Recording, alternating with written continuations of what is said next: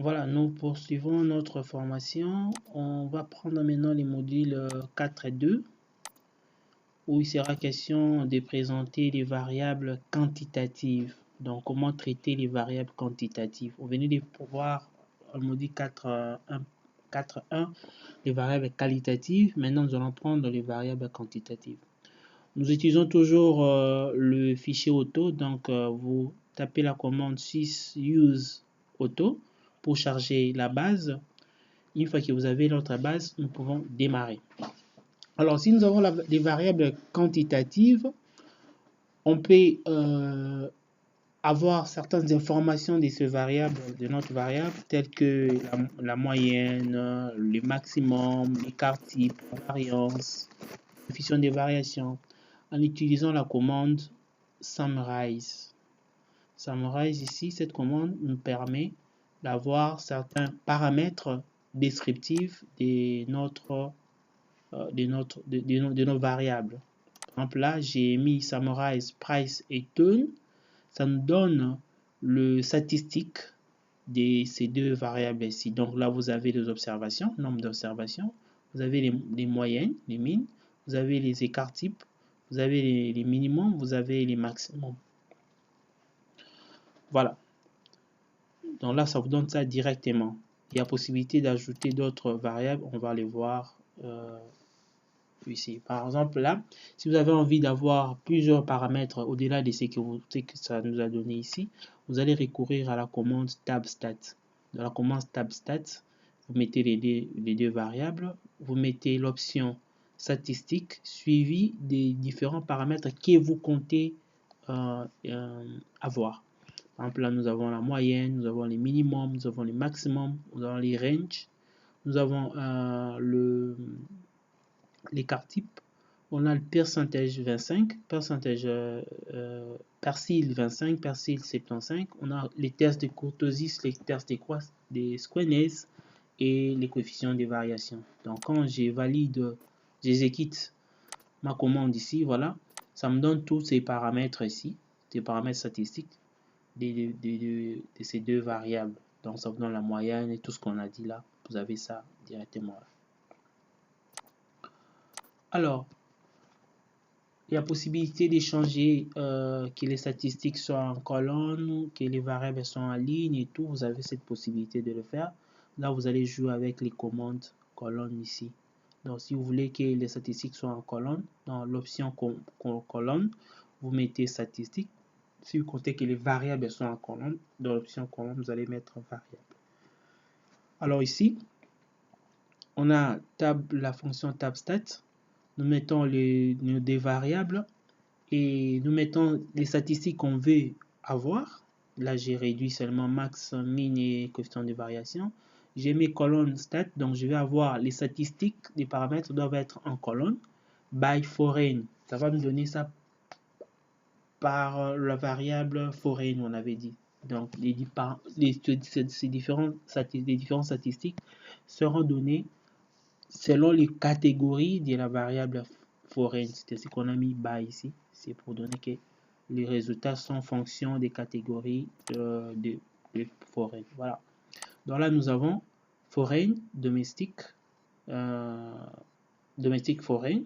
Ici, nous avons price.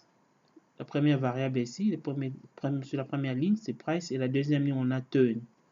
Même chose ici, ça c'est la variable price, ça c'est la variable turn, et ainsi de suite. Donc ça nous a donné un tableau où vous avez en colonne, vous avez les paramètres statistiques, vous avez max, min, coefficient de variation, et en ligne, nous avons les modalités de la variable foreign.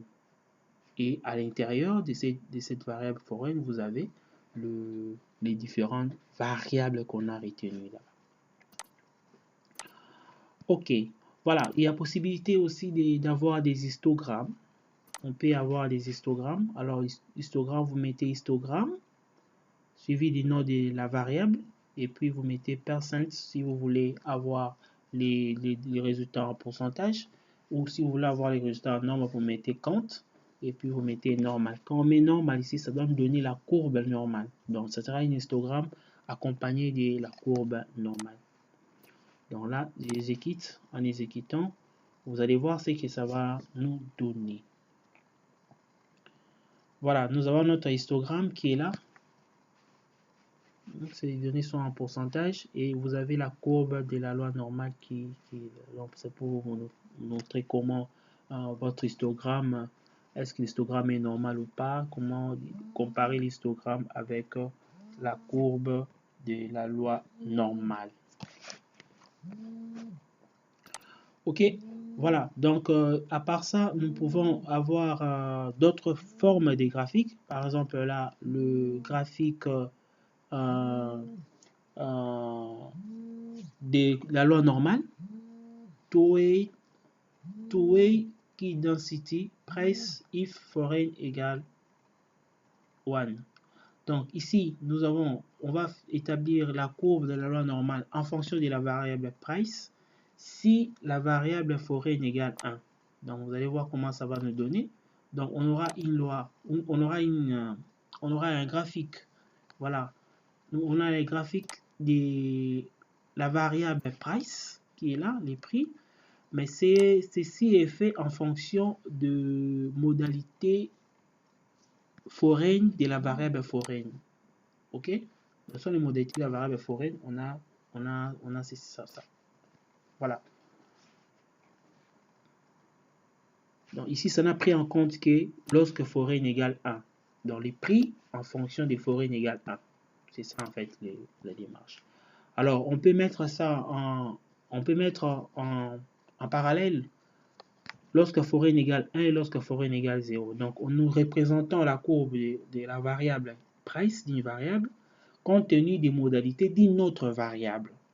Par exemple, là, on va représenter la courbe des price compte tenu des modalités de foreign égale 1 et puis de foreign égale 0. Donc là, nous mettons two-way qui est density price if foreign equal 1, double equal, ok, et qui density price if foreign 0.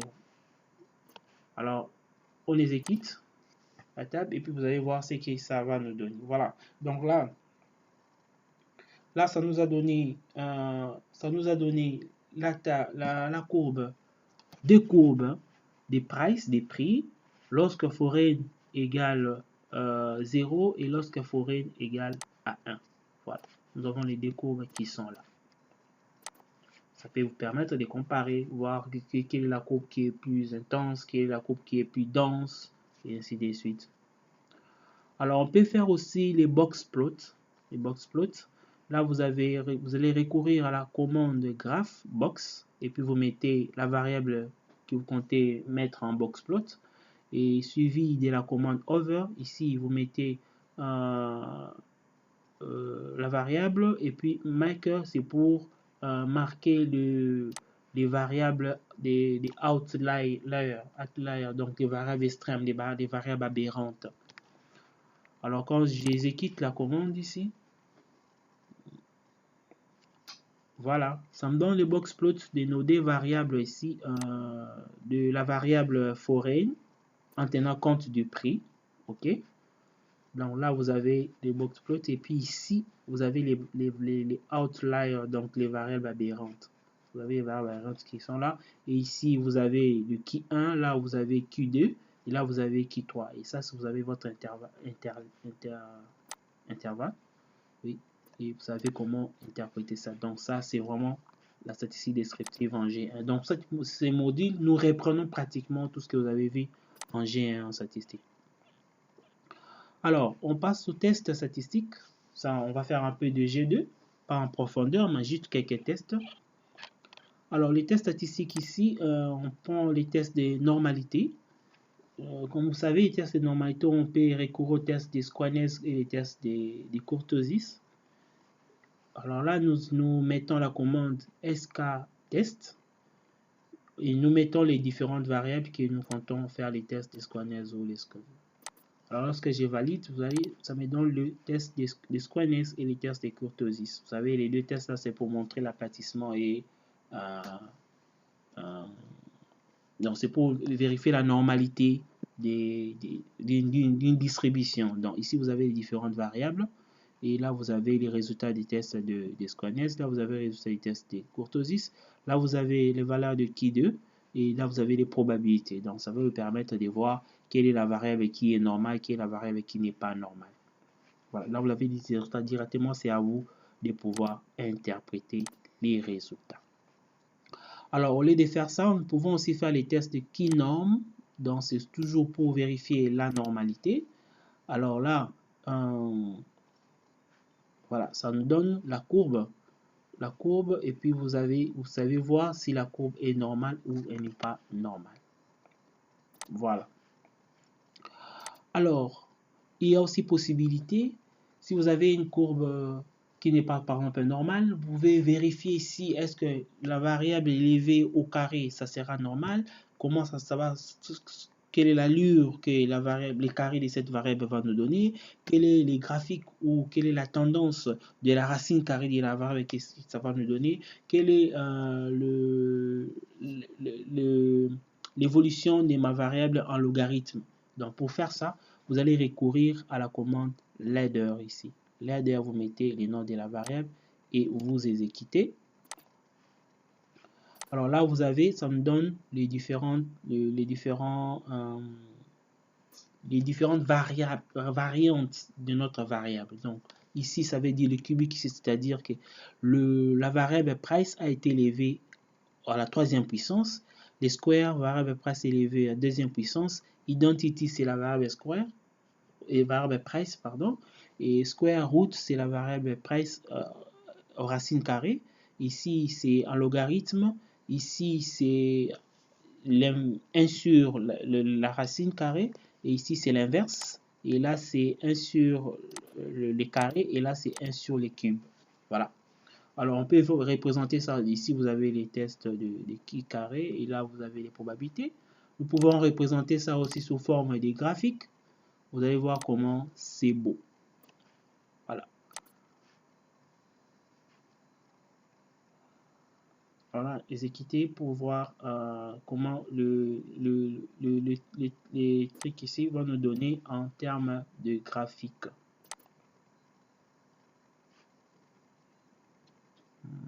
Ça va prendre un peu de temps. On va patienter un peu.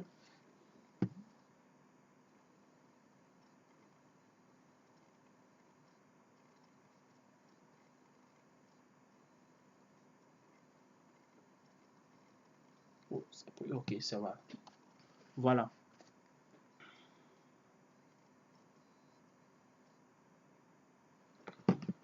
Alors là, vous avez les différentes formes.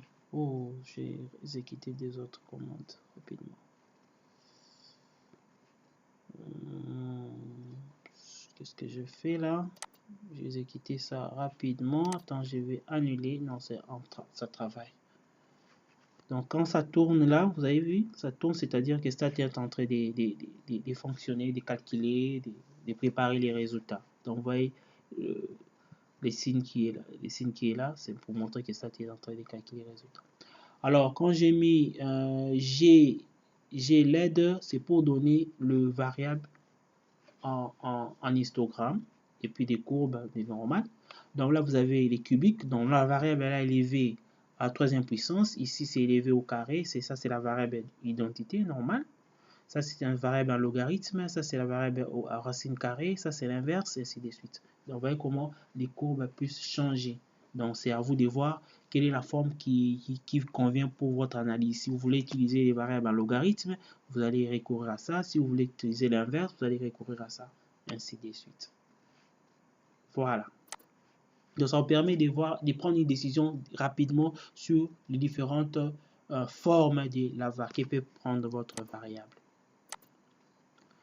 Alors, on peut faire les tests des students rapidement. Alors ici, test des students avec une moyenne.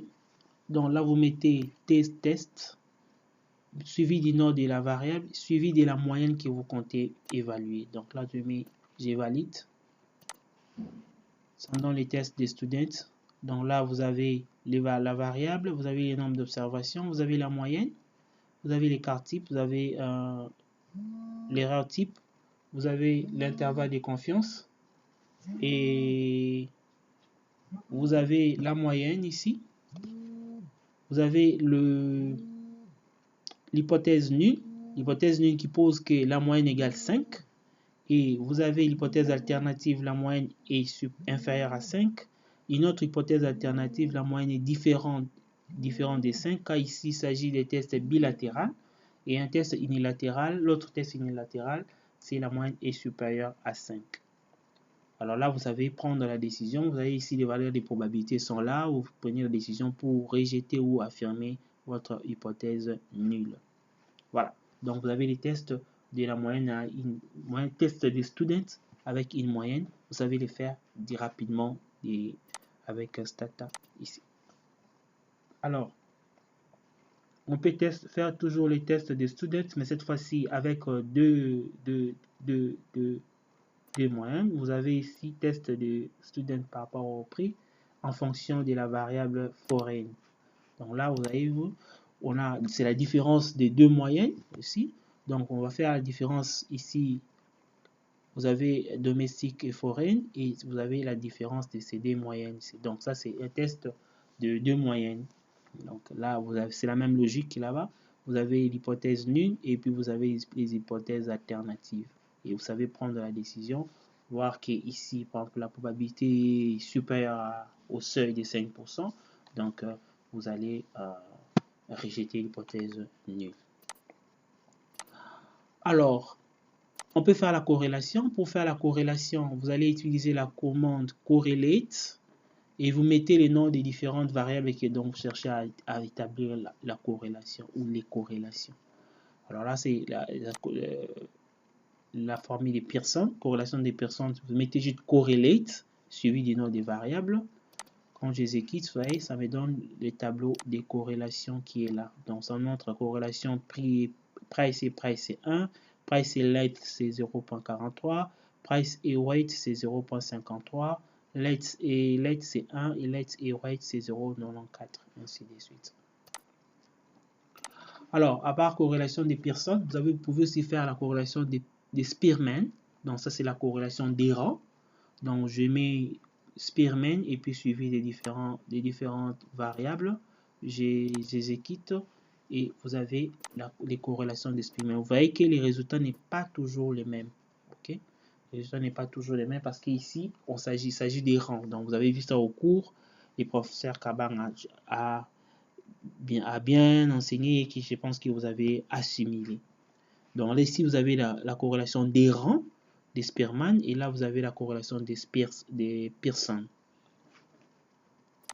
Alors il y a aussi possibilité de faire des scatter plots, donc des graphiques un peu plus pour voir l'évolution des variables. Ça peut vous donner aussi une idée de vérifier la corrélation avec les scatter plots.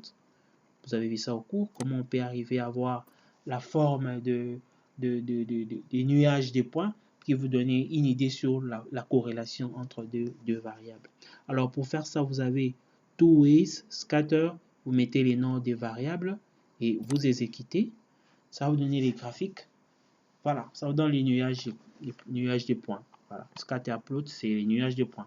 Vous allez voir ici comment les nuages ça s'avole. Donc vous voyez qu'il y a une certaine dispersion, mais la tendance est pratiquement la même. Vous avez dû voir s'il y a corrélation ou il n'y a pas corrélation, comment les deux variables évoluent.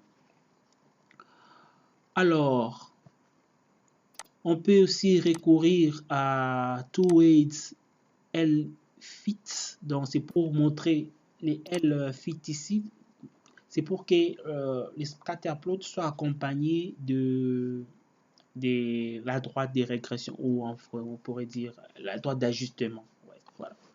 Donc là, vous mettez L-fit, vous mettez les noms des variables, vous mettez des traits verticaux, suivis des scatter. Si vous mettez plus que scatter, vous mettez juste scatter et vous mettez price et let, les noms des variables. Et vous allez exécuter. Vous allez voir ce que ça va nous donner comme graphique.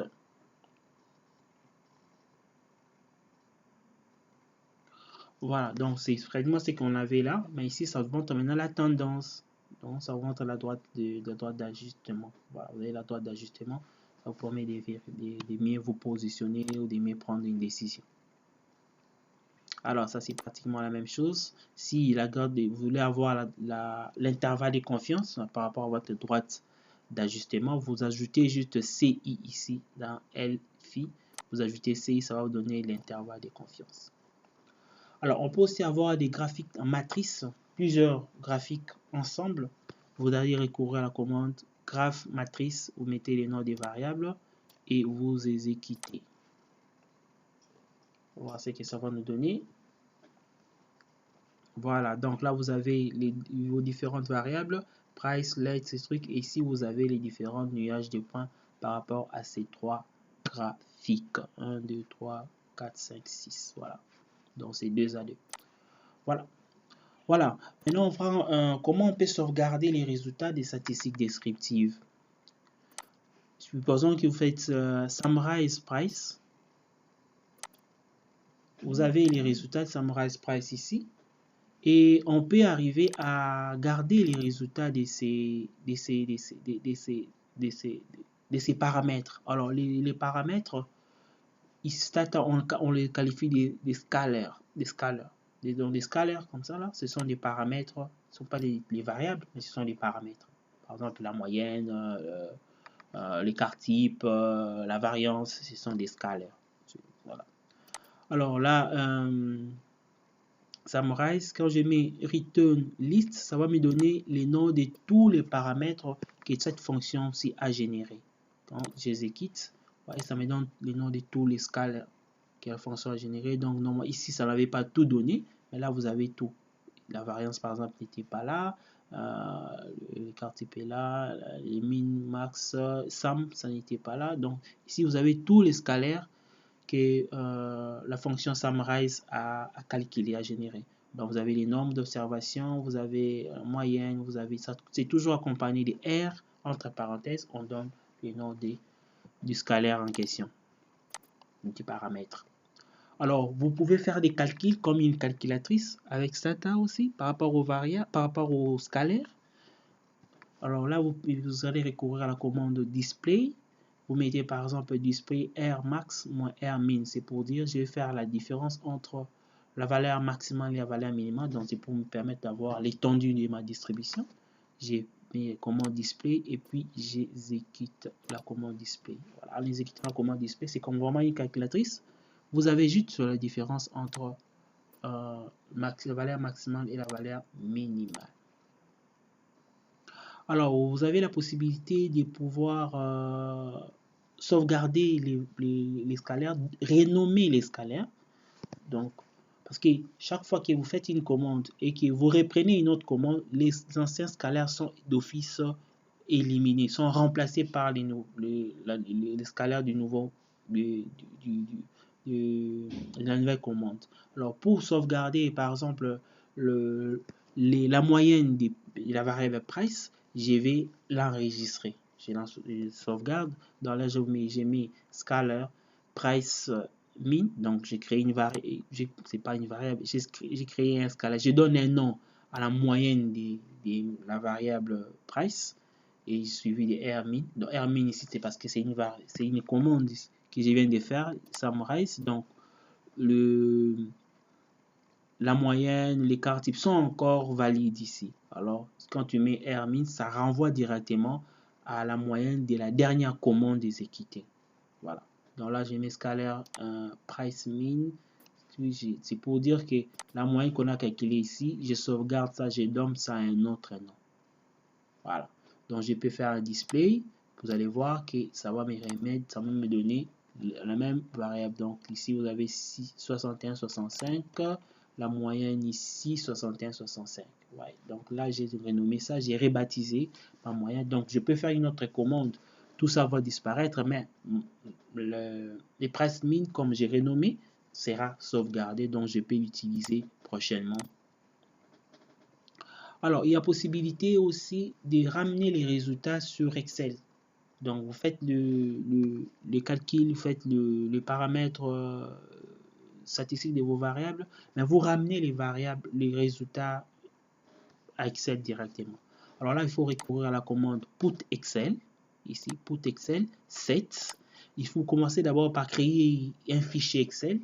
Pour créer le fichier Excel, c'est put Excel 7. Vous mettez les noms que vous comptez donner à votre fichier Excel. Et comme option, vous mettez replace. C'est pour que ça remplace les autres fichiers qui existaient déjà. Ça nettoie. Donc là, j'ai créé un fichier Excel, put Excel 7 stats. J'ai créé mon fichier Excel là. OK. Et après, je vais mettre les résultats, par exemple, de mon écart type. Je vais mettre l'écart type dans la feuille Excel. Je mets put Excel A1. Ici, je prends la cellule qui va contenir mon écart type égale R entre parenthèses SD. SD, on avait dit, c'était l'écart type qu'on avait calculé ici. Vous allez voir, SD, c'est ça, c'est cet écart type ici.